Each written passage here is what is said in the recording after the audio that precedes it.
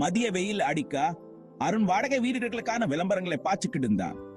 அவனுடைய பட்ஜெட்டுக்குள் ஒரு நல்ல வீடு கிடைப்பது கடினமாய் இருந்தது. சோர்ந்து போய் தேடுவதை நிறுத்தலாம் என நினைச்ச நேரத்தில் ஒரு விளம்பரம் அவன் கண்ணில் பட்டது. கொஞ்சம் தூரம்தான், ஆனா படத்தில் ஒரு அழகான சின்ன வீடு தோட்டத்தோடு காணப்பட்டது. ஆர்வத்துடன் அந்த எண்ணுக்கு அழைச்சான். அருண் தனக்கு வீட்டின் மீதுள்ள ஆர்வத்தை சொன்னான். மறுநாள் வீட்டை பார்க்க வருவதா ஏற்பாடு செய்துட்டார்கள். மறுநாள் அருண் அந்த வீட்டுக்கு வந்தபோது ஒரு வித பழைய நினைவுகள் அவனை சூழ்ந்து விட்டான். அந்த பகுதியை அவனுக்கு ஏதோ தெரிந்தது போல ஒரு பெருமை. வீட்டு வாசலே ஒரு நல்ல மனிதர் நின்று கொண்டிருந்தார். அவரது சுருங்கிய கண்களில் புன்னகை. நீங்க தான் அருண் இல்லையா? வாங்க வாங்க, நான் ராமன். ஒரு நொடி அருணுக்குள் ஒரு தயக்கம். ஆனா அத புறஞ்சொல்லி விட்டு உள்ளே நுழைஞ்சான். வீடு உள்ளே இன்னும் அழகாக இருந்தது. ஜன்னலக வரியாக சூரிய வெளிச்சம் உள்ளே வந்து வருந்து கொண்டிருந்தது. பழங்கால மர்ச்சாமாங்கள் புத்தங்கள் நிறைந்திருந்த அலமாரியன் அனைத்தும் அருணுக்கு பிடித்திருந்த. இந்த வீடு அம்பாக பராமரிக்கப்பட்டிருக்குது என்பது தெரிந்தது. ராமன் அவரை வீடு முழுவதும் அடைச்சு சென்றார். இன்று படுக்கையறைகள், ஒரு விசாலமான சமையலறை, ஒரு சிறிய அழகான குளியலறை. அரு மிகவும் இம்ப்ரெஸ் தானா? தோட்டம் சூடுக்கு பாருங்க. ராம சிரித்துக் கொண்டே அவரை பின்புறம் அழைச்சு சென்றார். மல்லிகை, செம்பருத்தி என மனம் பரப்புவோம் பூக்களுடன் அமைதியான ஒரு சோலை. அருணுக்கு இதான் சரியான இடம் என தோன்றியது.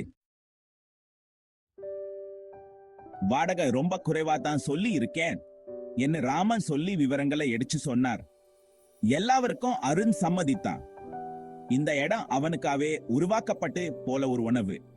பேசி முடிச்சு விட்டு கிளம்பும் போது அலமாரியில் இருந்த ஒரு புகைப்படம் அருணின் கண்ணில் பட்டது. அது ஒரு குடும்ப புகைப்படம். ஒரு ஆண், ஒரு பெண், குறும்பு நிறைஞ்ச கண்களோட ஒரு சிறு பையன். அந்த பையனின் முகம் அருணுக்கு ஏதோ ஒரு மறந்து போன நினைவை நினைப்படுத்தியது. அருணின் நெஞ்சம் படப்படுத்தது. இந்த கார்த்திகை தான் எங்கோ பார்த்த மாதிரி, அவனுக்கு தெரிந்த மாதிரி ஒரு உணவு. சூடான தேநீர் அருந்தியபடி ராமன் தனது கதையை பகிர்ந்து கொண்டார். என் ஒரே மகன் கார்த்திக் சில வருடங்களுக்கு முன்பு ஒரு விபத்தில் இறந்து போனார். என் மனைவிக்கு அந்த வருத்தத்தை தாங்கிக் கொள்ள முடியாமல் சீக்கிரமே இறந்து போனார்.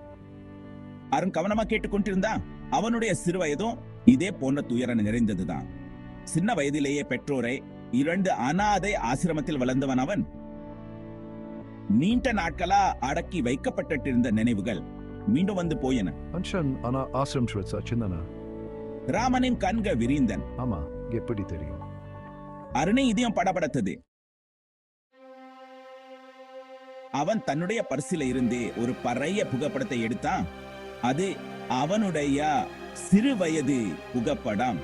அவனும் அவனுடைய நண்பன் கார்த்திக்கும் சிரிச்சு கொண்டு நிற்கும் புகைப்படம். புகைப்படத்தை பார்த்ததும் ராமனின் கண்கள்ல நீர் பெருக்கெடுச்சது.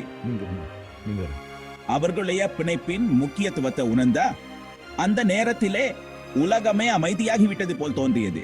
அருண் தினமும் மிஸ் பண்ணின அவனுடைய நண்பன் எப்போதும் தொலைந்து போய்விட்டான்னு நினைத்த அவனுடைய நண்பன் இந்த ராமனின் மகன்தான்.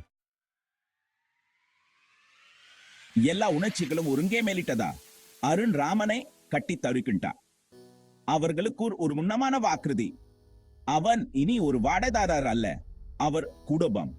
தன்னுடைய சிறு வயது நினைவுகள் நிறைஞ்ச அந்த வீட்டுக்குள் அருண் நுழைந்த போது நீண்ட நாட்களுக்கு பிறகு ஒரு மன அமைதியை உணர்ந்தான். அவன் வீடு திரும்பி வந்து விட்டான்.